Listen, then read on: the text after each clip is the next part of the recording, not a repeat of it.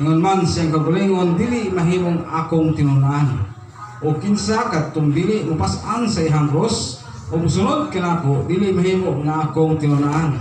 Kung sa kaninyo magnaglarao o tukod o turi, tunan una niya kini o iyang banabanaon pila ang magasto aron pagsuta kung may igo pa siyang salapi ng kapuhunan nini.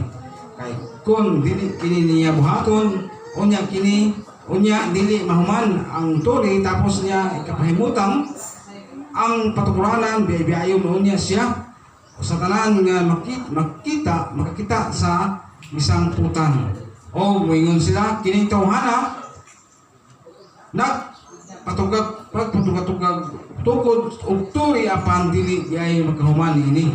Kung ang usa ka hari nga may 10,000 o 10,000 ka sundalo nakipagigubat batok sa laing hari nga may 20,000 no kasundalo, iya unang tunuan ug hukman kung makasukol ba siya sa maong hari. Kung dili siya makasukol, magpadala siya o binsahero sa pagtagbo sa maong hari samtang atwa pa siya sa layo aron makipagsabot-sabot alang sa kalinaw. Samang paagi walay bisan kinsa kaninyo nga mahimong akong tinunan gawas kung iyang biyaan ang tanan nga naa kaniya. Walay kun ikaw mahalo mo langit no lima taon sa dapat sa kautuhon Ginoo magasaysay kami, magasugot kami sa imong mga pulong Ginoo. Tulungan kami hatag kanamo ang kaalam malangit no hatag sab kanamo ang pagbati nga masabtan ginamo ang imong katuyuan bahin ning imong mensahe Ginoo. Salamat ang daan Ginoo, ikaw lamang among saligan. Kalamang ang gilawman makatabang ka ng like sa pangalan ni Jesus. Amen.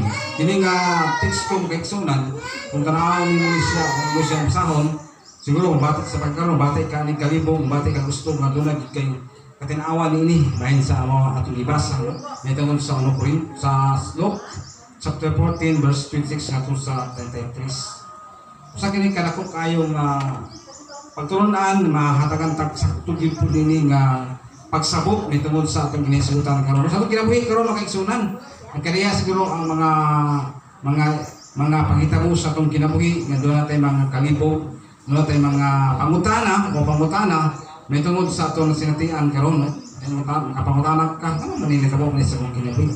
Unsa kaya ko ang mga himog nga makasipanan sa atong kinabuhi. Nga pinagatubangan sa Ginoo. Ang isa sa mga uluhan or tema ako siyang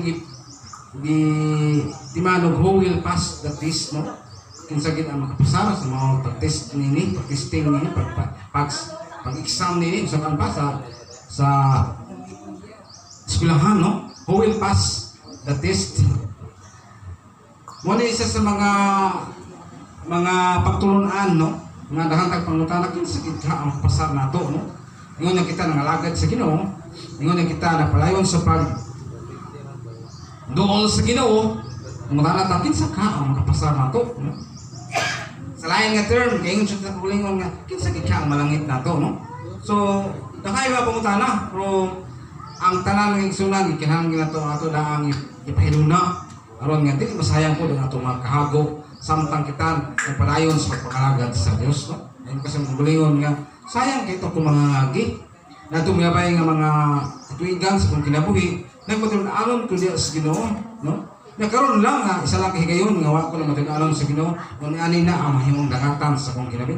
Doon kay mga una-una ba nga dalamahay o dala pangutana na masuko kasi mong kinabuhi tungkol kay ngon ani man ang matulungan sa kong kinabuhi. Wala nga ang pangutana ang tema no who will pass the test no kinsa gid ka ang abot nini sa dag-anan sa kining klase nga mapagsulay nga niabot sa imong kinabuhi.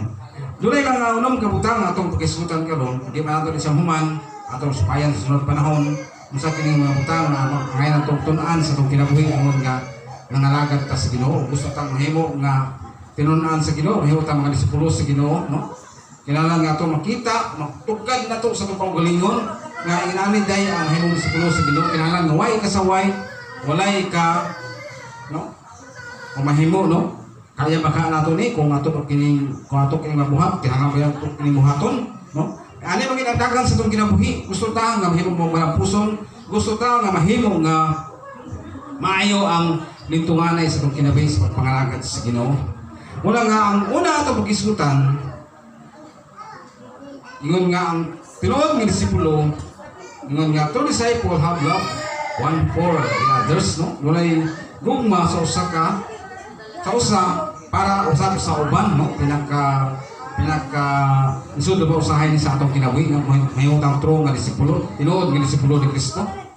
Kay sa ato karon nga panahon, kung gusto ka nga mahimong disipulo sa Ginoo, no? Kanang tinuod-anay gyud nga disipulo sa Ginoo, ay sa una sa diha nga naging sa school teacher pa ko do na maging ipanghambong ni sa galingon wala gitaw nga dili makasala na hindi makasala ang tawo gyud, no?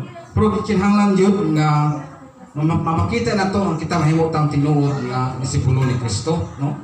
Isa ni siya sa may basihan para makapasar kita o makalahutay kita sa mga panahon nga adunay mga paktis kanato sa tuwang pagpangalagad diha sa buhay ng Dios. Halos itong tanan nakakagig testing ni uban gani dili makalahutay. Mingon na lang uban nga surrender ako eh.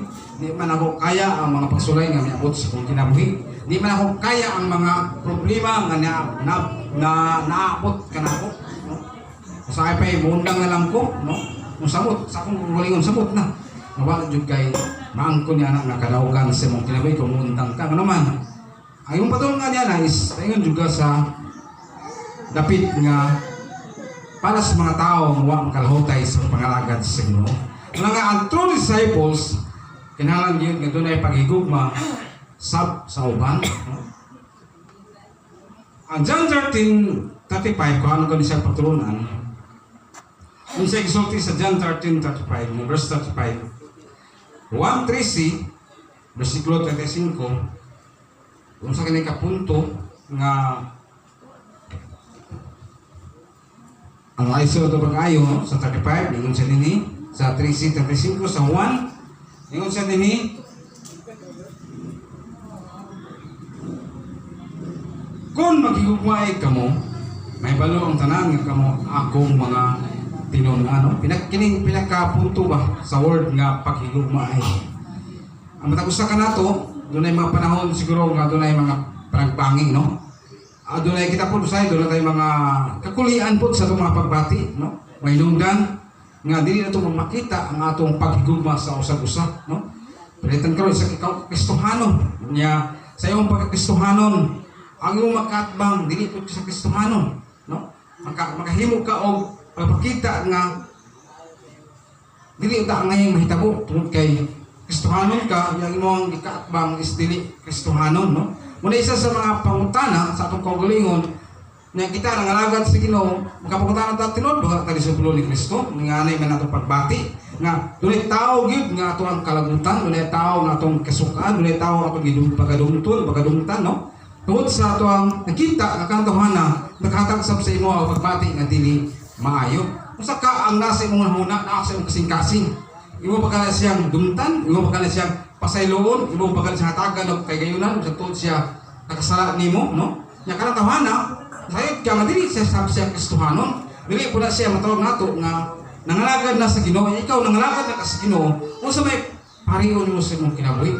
Gugma o kalagot nga tuniya. Muna isa sa mga pangutana nga matawag ba ka nga tinuod kang disipulo ni Kristo o matawag ba ka nga disipulo ka nga doy pagmahal sa usa ka tawo, no?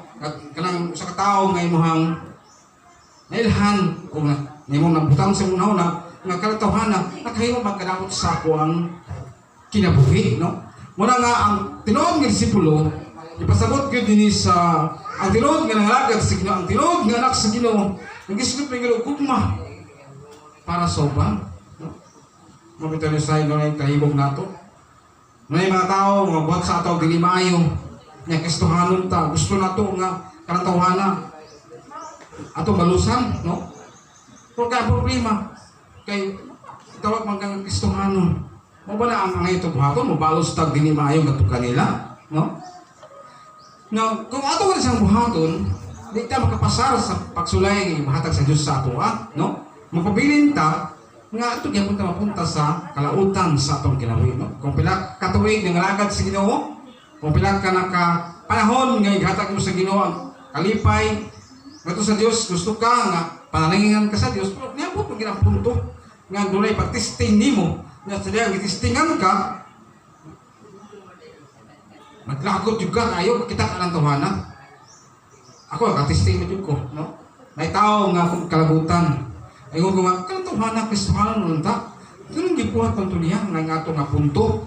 Nya ang mga napakisaribot ng mga tao naghimo-himo istorya, no? Kain ko sa kong kalingon nami kita ibalos. Nami kita usapan pa. Mo testing ta kununtok kay gusto nato nga masakita nato hana para kaingon sa kalingon nga isog man ning tawhana, no? Kung kayo ko sa galingon nga, di po maayo, kay Kristohanon nun ta. Matugod sa sinutihan nga, dagaang dautan, pinagis sa maayo. Ayaw padawag sa dautan, kung nili dagaang dautan, pinaagis sa maayo. Nang pinakalisod, kaya na siya nga mabuhat nato, nga mapakita nato sa mga tao, na binasa si Kristohanon, kung dunay na buhat, nakita mo, nga kabuhat siya, sayop, ya sa imo. Pagkayon ka sa mga galingon, pagkanindot na nato, pagkanindot niyang kulatahon, pagkanindot na niyang bunugon niya, labi na kay ako kaglawas, no? Labi na kay macho ka, kung lalaki ka niya, mayo pa ikong lawas, taas ako kagbukton, niya ang naghiyok, kanimo kadaot, kay kamay-kamay ni mo.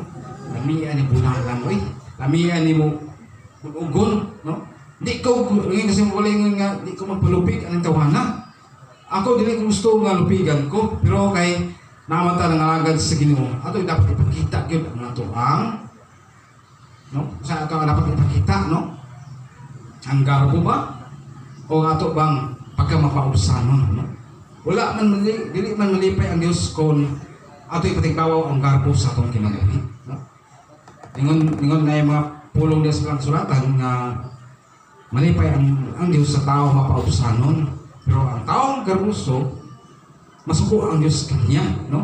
So ngayon kasi magkulingon nga, natural naman sa kuha na yung mga tao, na madyo ko'y pagbati nga masuko.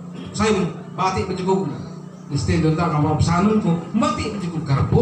Pero saan man nga ang pulong sa kinonsulti man yun, natay word na pagkamapausanon sa ato ang kinabuhingon nga nangalagad ta sa Ginoo. Aron makita, tinood ta mga katawhan sa Ginoo, tinood ta nga mga disipulo ni Kristo, no? Mato ba diya nga ang usa ka tao, ang usa nga wala pa maluwas diha sa Ginoo, ang ayang unahuna kung makita siya sa usa ka Kristohanon, no? Nga nagpanayag siya og pagbati nga dili maayo gusto kaniya, kayon di na siya nga unsa man siya nga Kristohanon, no?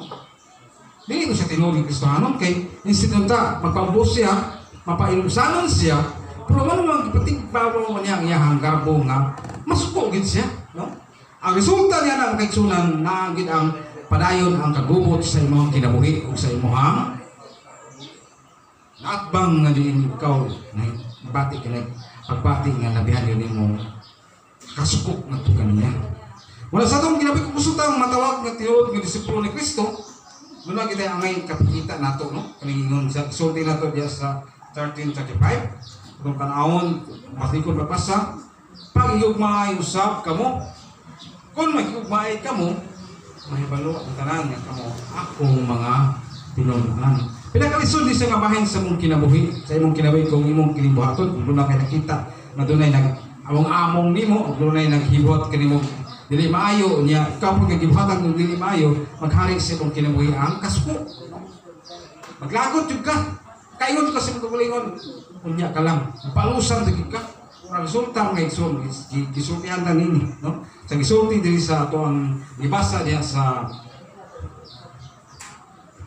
Luke 1, no? 1, chapter 13. Kumalikon para mga dilita ni makalimot, no? Kung nag-ugmay ka mo, ay balo ang tanan ni ka mo, akong mga tinunan, no? Ipakita na to, yun, ang kinaiya nga pagkamapausanon, ato ipakita ang kinaiya nga dili kita mahimong masuko sa atong bisig katao, dili magpalabi ang atong kasuko sa atong bisig katao, dili maghari ang ato ang kasilong ato sa iya, ha? So ang mga tao, ingon ang mga tao, tinuod siya nga anak sa Ginoo, tinuod siya nga disipulo sa Ginoo, tungod kay luyos sa iyang gibati nakasakit sa iyang dughan. Naghari pa siya ang pagmahal sa iyang sika. Ingon, wala yung pinakalisod kayo buhaton sa tao, pero gisukok kita nini